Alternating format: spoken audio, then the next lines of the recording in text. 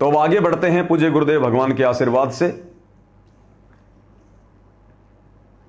अगले वीडियो में गुरुदेव भगवान हमें क्या कह रहे हैं, क्या शिक्षा दे रहे हैं। अगला जो वीडियो है भाइयों और बहनों, इसमें बोलो सतगुरुदेव की जय हो। इसमें गुरुदेव भगवान हमें शिक्षा दे रहे हैं कि अध्यात्म के नियम अनुसार जब बच्चा 3 वर्ष का हो जाए, क्योंकि 3 साल का बच्चा थोड़ा बहुत समझने लायक हो जाता है, डोलने फिरने लायक हो जाता है, बोलने लायक हो जाता है, तो जैसे ही बच्चा 3 साल का हो जाए तो उसको सतगुरु से उपदेश दिलवा देना चाहिए। इससे ज्यादा देरी नहीं करनी चाहिए, लेट नहीं करना चाहिए,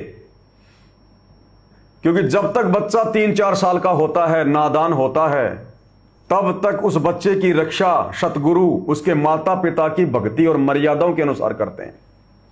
अगर माता पिता मर्यादा में है, उपदेश ले रखा है, क्योंकि बच्चा तो उसी समय उपदेश लेगा ना 3-4 साल का, जब पहले से उसकी माँ ने या उसके पिता ने उपदेश ले रखा होगा। तो जब तक बच्चा 3 या 4 साल तक का होता है, क्योंकि 3 या 4 साल का बच्चा क्या जाने मर्यादाओं के बारे में। अगर छोटी मोटी किसी पड़ोसी ने, किसी काका ताऊ चाऊ ने अगर कोई मर्यादा भी मान लो उसकी खंडित करवा दी है, कोई देव देवताओं को कोई प्रसाद दे दिया है या कोई अन्न उपासना करवा दी है, झूठा खाना खिला दिया है, तो वो तो नादान बच्चा है, उसको क्या पता। लेकिन यदि उसके माता पिता उपदेशी हैं, अगर माँ उपदेशी है या पिता उपदेशी है, दोनों या दोनों में से एक उपदेशी है, और वो अगर मर्यादा में है पूर्णतया, तो परमात्मा माता पिता की मर्यादा को देखकर उस बच्चे की भी रक्षा करता है। कब तक? जब तक बच्चा अनभोल है। इसलिए गुरुदेव कह रहे हैं कि 3 या 4 साल तक के बच्चे की परमात्मा माता पिता की भक्ति के अनुसार रक्षा करता है, लेकिन उसके बाद नहीं। इसलिए बच्चे को 3 साल का होते ही तुरंत सतगुरु से उपदेश दिलवा देना चाहिए। और वो 3 साल का बच्चा जैसे भी भक्ति करेगा, करता रहेगा, चलते फिरते उठते बैठते, आरती में कभी सो रहा है, कभी कर ली, कभी भाग गया, कोई दिक्कत नहीं। मंत्र जाप कभी कर रहा है, कभी छोड़ दिए, कभी माता पिता के साथ करने लग गया, फिर खेलने चला गया। वो जैसा भी है, चलता फिरता उठता बैठता, जैसी भी अपनी आधी अधूरी भक्ति करता रहेगा, वो करता रहेगा, क्योंकि वो बच्चा है। और परमात्मा फिर उसको संभाल लेगा, क्योंकि आपने अपने बच्चे को परमात्मा से जोड़ दिया, सतगुरु से उसका कनेक्शन जोड़ दिया। तो गुरुदेव कह रहे हैं कि 3 साल तक के बच्चे को परमात्मा से जोड़ देना चाहिए, गलती नहीं करनी चाहिए। और आम समाज में क्या धारणा है कि बच्चों की उम्र तो खाने खेलने की है, अभी इनकी उम्र कोई भक्ति करने की थोड़ी है। फिर वो थोड़ा बड़ा होता है, स्कूल जाता है, और फिर अगर कोई बात आती है कि साहब इसको उपदेश दिला दो, तो फिर लोग कहेंगे कि नहीं नहीं, अभी तो इसके पढ़ने लिखने की उम्र है, पढ़ने लिखने की। भक्ति तो बुढ़ापे में की जाती है। फिर थोड़ा बड़ा हो जाता है, ब्याह शादी हो जाती है, उसके बाद फिर वो ना मां की मानेगा ना वो बाप की मानेगा। फिर उसने लेना है तो लेगा, नहीं लेना है तो नहीं लेगा उपदेश। फिर वो खुद ही मस्ती में छा जाएगा, फिर वो घर गृहस्थी के चक्कर में लग जाएगा। तो आम समाज वाले कहते हैं कि वो बुढ़ापे में भक्ति होती है। अब बताओ, बुढ़ापा यदि उसका नहीं आया तो? अगर जवानी में किसी कारण से जैसा उसका संस्कार है, अगर शरीर छूट गया तो? क्योंकि जितनी सांसें भगवान ने दी हैं वो चाहे बचपन में समाप्त हो जाए, चाहे जवानी में हो जाओ। अगर बुढ़ापा आया ही नहीं तो बुढ़ापे में क्या भक्ति की फिर उसने? इसलिए सतगुरु कहते हैं कि 3 साल के बच्चे को उपदेश दिलवा देना चाहिए। आगे चलकर उसके भाग्य में अगर मृत्यु भी है, अगर कोई बुरा संस्कार भी है, अगर कोई एक्सीडेंट में मृत्यु होनी है, जैसे हम देखते हैं स्कूल की बस खाई में गिर गई, रोड से नीचे उतर गई, स्कूल के बच्चों की बस जो है वो पलटी मार गई, 4 बच्चे मर गए, 10 बच्चे मर गए। तो ऐसा यदि कोई उसके संस्कार में है घटना, और यदि आपने सतगुरु से जोड़ रखा है, तो परमात्मा उन घटनाओं से भी उस बच्चे की रक्षा करेगा। भाग्य में अगर मृत्यु है, परमात्मा उसको भी टाल देगा। इसलिए 3 साल के बच्चे को भक्ति से जोड़ देना चाहिए। और बचपन से भक्ति करेगा तो आगे चलकर उसका काम धंधा भी बहुत अच्छा चलेगा, उसका व्यापार बिजनेस भी बहुत अच्छा होगा। किसी से मांगने की जरूरत नहीं पड़ेगी, किसी के आगे हाथ फैलाने की जरूरत नहीं पड़ेगी, क्योंकि उसके पास में ढेर सारा भक्ति धन होगा। अरे आप और हमारे लिए क्या कहते हैं गुरुदेव कि धीरे धीरे रे मनवा धीरे सब कुछ होए, माली सींचे सो घड़ा समय आए फल होए। गुरुदेव कहते हैं बच्चों तुम जल्दबाजी मत करो, थोड़ा धैर्य रखो। युगों युगों से तुम अपनी भक्ति को खा चुके हो, खर्च कर चुके हो, तुम खाली हो खाली। अब दोबारा से तुम्हारे को भक्ति का चार्जर मिला है, सच्ची भक्ति मिली है। अब तुम कम से कम 4-5 साल दो इस भक्ति को, कम से कम 4-5 साल, फिर देखना भगवान तुम्हारे घर में वो सुख देगा, तुम रोज गिनाया करोगे रोज। और फिर गुरुदेव हमें एग्जाम्पल देते हैं आम के बीज का, आम के पौधे का, कि आम के पौधे को जमीन में बीजते ही डालते ही उसके आम नहीं लगते, कम से कम 4-5 साल लगती है। 4-5 साल में उसकी सुरक्षा करनी पड़ती है, उसमें खाद पानी देना पड़ता है, जानवरों से रक्षा करनी पड़ती है, तब कहीं जाकर 4-5 साल में वो पेड़ बनता है और फिर उसके आम लगते हैं। और फिर इतने आम लगेंगे तुम भी खाओ, गांव वाले भी खाओ, रिश्तेदार भी ले जाओ, फिर भी लगे रहेंगे। तो गुरुदेव कह रहे हैं कि बच्चों तुम 4-5 साल दो इस भगवान को, धैर्य रखो, इधर उधर की मत सुनो। पता नहीं काल प्रेरणा से लोग क्या क्या कहेंगे, तुम्हारे रिश्तेदार, जहां तुम काम धंधा कर रहे हो, ऑफिस में मजदूरी जहां भी कर रहे हो, वो लोग तुम्हारे रिश्तेदार, आड़ोसी पाड़ोसी, किसी का पति, किसी की पत्नी, ये काल प्रेरणा से तुम्हें भक्ति से दूर करना चाहेंगे। तो तुम किसी की मत सुनना, फिर कि मत सुनना इस मन शैतान की, यो चौकस गाल है घेरी, कि ये नाम उपदेश लेने के बाद में कान बंद कर लेना, किसी की मत सुनना, केवल अपने सतगुरु की सुनना, उनके सत्संग सुनना। और 5 साल दो इस परमात्मा को और मर्यादाओं में रहो, फिर देखो तुम्हारे कितनी बल्ले बल्ले होगी। तो परमेश्वर आप और हमारे लिए कह रहे हैं, जो किसी ने 20 साल में नाम लिया, किसी ने 40 साल में, किसी ने 50 साल में, और जो बच्चा 3 साल से ही भक्ति करने लग जाएगा, और जब वो 20-25 साल का होगा तब उसकी कितनी भक्ति बन जाएगी। जब आप और हमारी 5 साल में ही परमात्मा गारंटी ले रहे हैं, तो वो तो बचपन से भक्ति करेगा। और जब उसका काम धंधा करने का समय आएगा 15-20 साल बाद, तो परमात्मा आगे से आगे व्यवस्था करेगा उसकी, आगे से आगे। माता पिता को टेंशन लेने की जरूरत नहीं फिर। और जो बच्चे भक्ति नहीं करते, जिनके माता पिता भक्ति नहीं करते, उनको केवल वही मिलेगा, उतना ही मिलेगा और वैसा ही मिलेगा जैसा उनकी पूर्व भक्ति के अनुसार परमात्मा ने उनका भाग्य लिखा हुआ है। इससे कम ज्यादा कुछ नहीं हो सकता। इसीलिए तो ये समाज चोर बन गया, लोग जो है वो ठग बन गए, धोखाधड़ी करने लग गए, झूठ बोलने लग गए, क्योंकि उन्होंने सारे यत्न कर लिए, सारे प्रयत्न कर लिए, पढ़ाई लिखाई कर ली, पैसा खूब लगा दिया, काम धंधे में लगा दिया, और धंधा उनका फेल, नौकरी किसी को मिल नहीं रही। फिर वो सोचते हैं कि मैं इतना पढ़ लिया, लिख लिया, मैं इतना योग्य, मैं इतना काबिल, और मुझे मेरी काबिलियत के अनुसार नौकरी नहीं मिल रही। मैंने इतने पैसे मैंने मेरे जो है इसमें धंधे में लगा दिए, बिजनेस में लगा दिए, मुझे कुछ प्रॉफिट हो नहीं रहा। क्योंकि होना वही है जो उसके भाग्य में है, जितना परमात्मा ने लिखा उतना ही मिलेगा, चाहे दुनिया भर से पैसा लेके लगा दे। फिर वो तरह तरह के रास्ते अपनाने लग जाते हैं कि ईमानदारी में कुछ नहीं रखा। फिर लोगों से 2 रुपए की चीज के 50 रुपए लेना, अपने कर्म फोड़ना, कमीशनबाजी का काम करना, लोगों को झूठ बोलना, ठगना, ऐसे फिर उनके कर्म फूटते हैं, धीरे धीरे वो नास्तिक होते चले जाते हैं। और जो परमात्मा का बच्चा या बेटा या बेटी जो 3 साल या जैसे भी वो थोड़ा बहुत समझदार हो जाए, और जब गुरुदेव भगवान से जुड़ जाएगा, उपदेश ले लेगा, तो परमात्मा बताओ कैसे क्या कमी छोड़ेगा। उधर से तो माँ बाप ने ले रखा, उधर से वो बच्चा जुड़ गया भगवान से, परमात्मा तो उस घर को आने वाले समय में स्वर्ग बना देगा, स्वर्ग। अब भाई और बहनों, क्या है वर्तमान में ये भक्ति पर ये संघर्ष का समय है, ये भक्ति का शुरुआती समय है। इसलिए हमें थोड़ा सा लेट हो रही है, इसलिए हमें इतनी जल्दी रात नहीं मिल पा रही है, क्योंकि हमारे पाप कर्म बहुत ज्यादा हैं। परमात्मा ने उन पाप कर्मों का नाश भी हमारी भक्ति से करना है, और आगे के लिए अच्छी व्यवस्था भी परमात्मा हमारी भक्ति से करेगा। कहते हैं ना कि तेल तो हमेशा तेलों से निकलता है।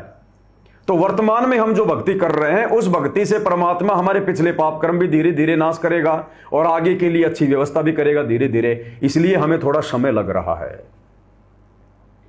और आने वाले समय में 2030 के बाद क्योंकि 2028 तो युग परिवर्तन का समय है।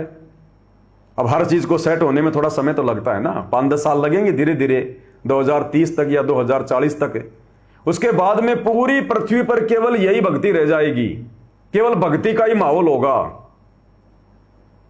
आप और हमारी भक्ति में बीच में कोई टांग अड़ाने वाला, कोई दुखी करने वाला, परेशान करने वाला नहीं रहेगा। और जो भी जनरेशन होगी तुरंत भक्ति से जुड़ेगी। सबके घर में परमात्मा का जो है भक्ति का वो कनेक्शन होगा, तो सबको परमात्मा सेठ बना देगा, सबको परमात्मा भक्ति का भी धनी बना देगा और सांसारिक धन का भी धनी बना देगा।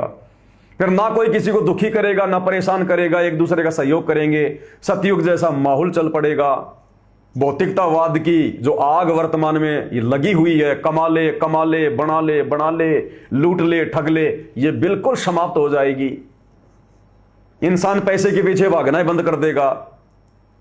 जैसा रूखा सूखा मिलेगा, परमात्मा जैसा देगा उसी में संतोष करेगा।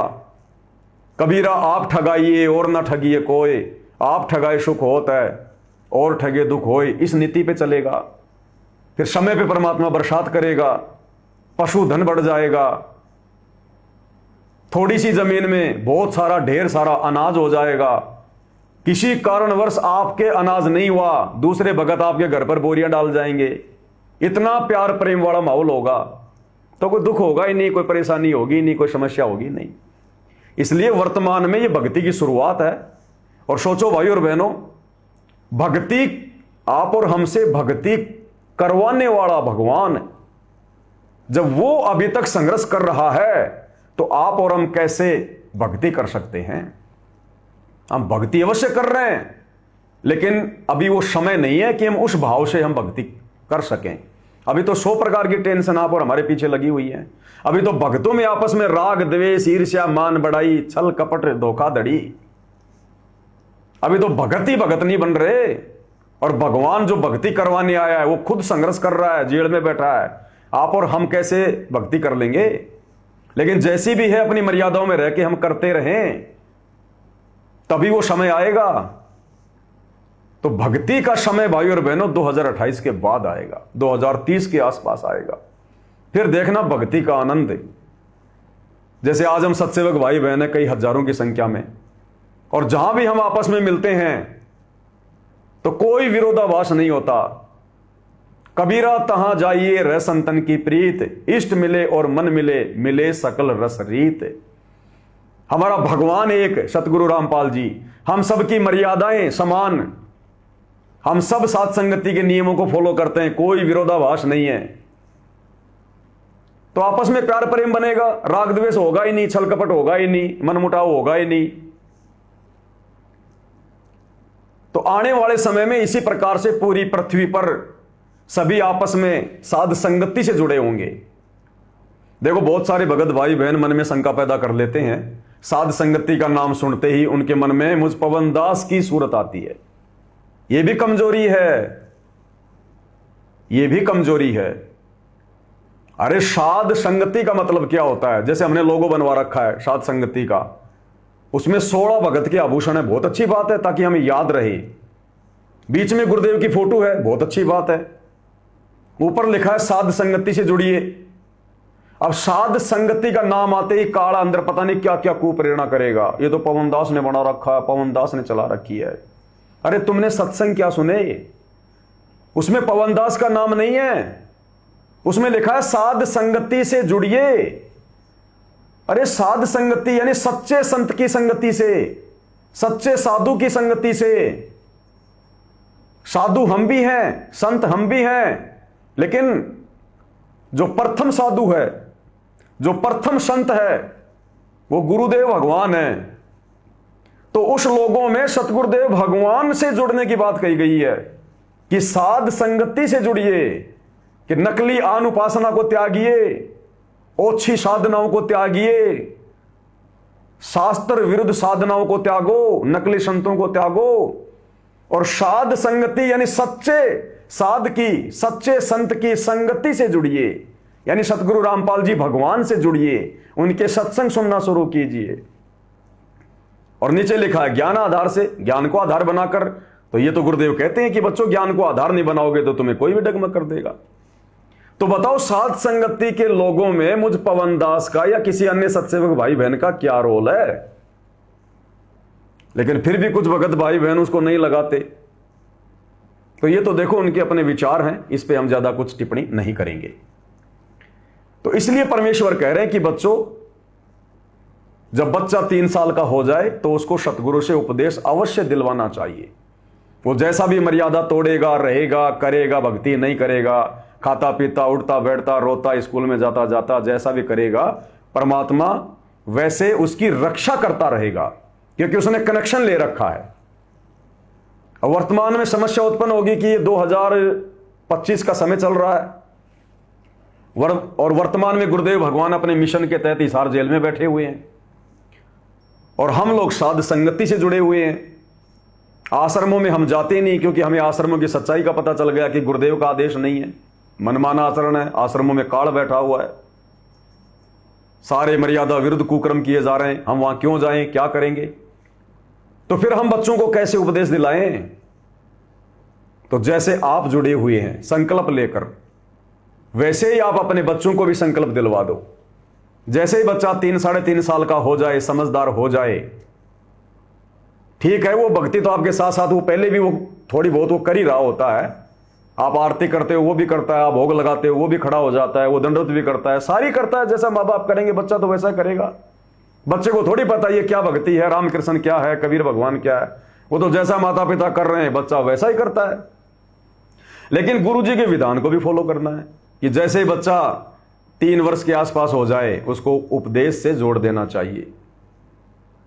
तो जैसे ही आपका बच्चा 3 साल का हो जाए, यदि किसी भाई बहन ने संकल्प ले रखा है, साथ संगति से जुड़ा हुआ है, या मान लो किसी ने उपदेश भी ले रखा है इन आश्रमों से जैसे भी पहले, और अब उनके बच्चे 3-4 साल के हो गए, तो भाई और बहनों आपने उनको संकल्प अवश्य दिलवाना है।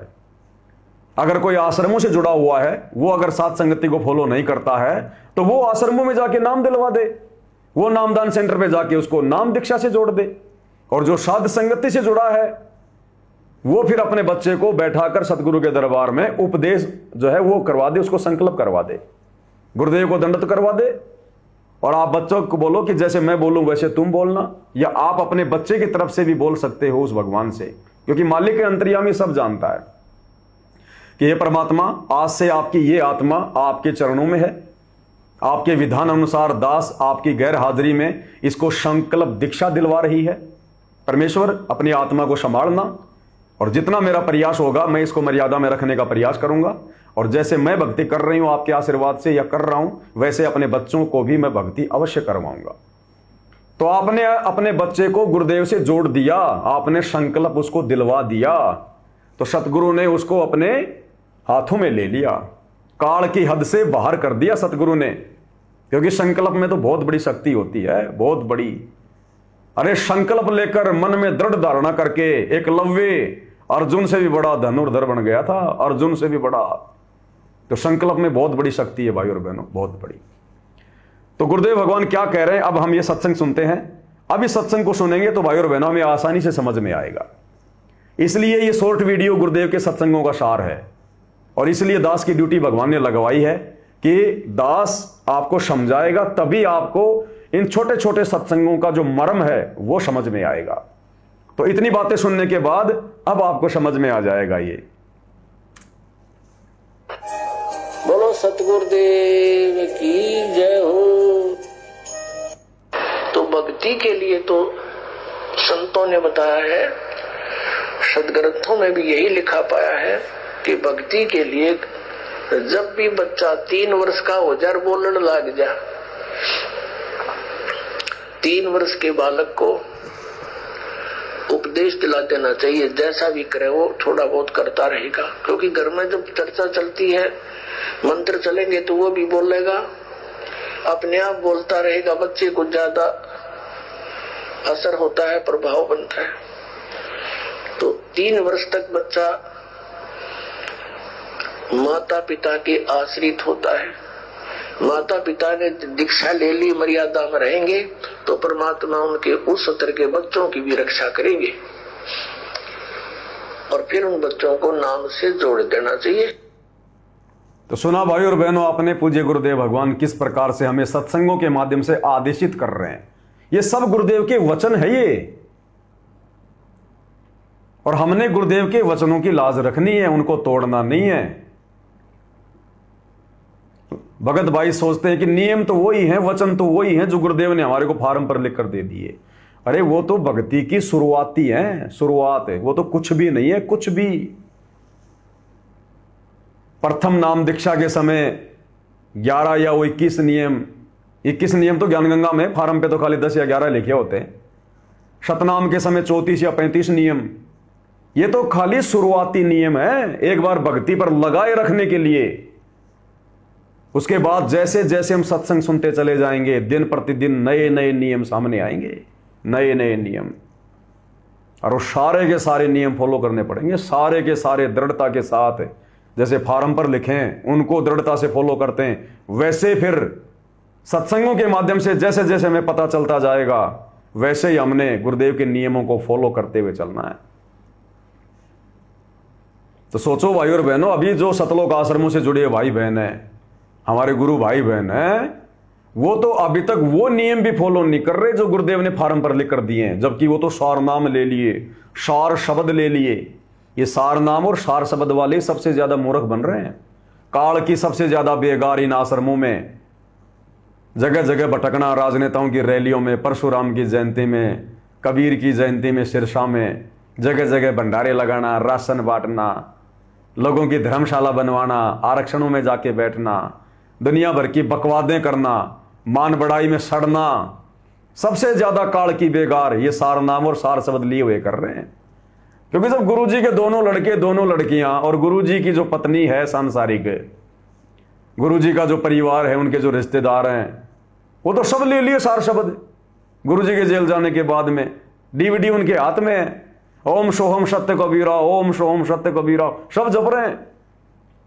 तो सोचो जब वो बड़े बड़े वो महारथी, भीष्म पितामह, वो कर्ण और वो द्रोणाचार्य जैसे गुरुजी के परिवार वाले, क्योंकि सारे कुकर्म तो वही करवा रहे हैं संगत से, तो जब उनको सद्बुद्धि नहीं है तो उनके पीछे लगी हुई बेचारी संगत को कहां से सद्बुद्धि आएगी।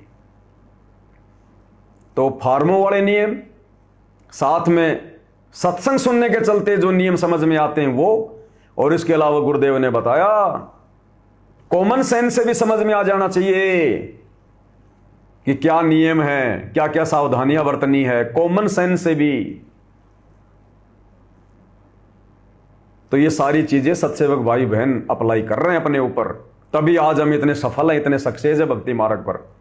और तभी गुरुदेव भगवान हमारे निकट है, हमारे साथ है, पल पल उनका आशीर्वाद है, उनकी मेहर बरस रही है।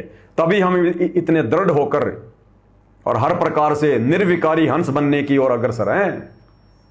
अन्यथा कामी क्रोधी लालची इनसे भक्ति न होए, भक्ति करे कोई शूरमा, जात वर्ण कुल खोए। तो भाई और बहनों, इसी प्रकार से गुरुदेव भगवान अपना आशीर्वाद आप और हमारे ऊपर बनाए रखें, और हम इसी प्रकार से पूज्य गुरुदेव भगवान की महिमा करते रहें। प्रतिदिन परमात्मा हमें मौका देते रहें, और ये मौका भाई और बहनों उसी समय तक मिलेगा जब तक हम मर्यादाओं में हैं।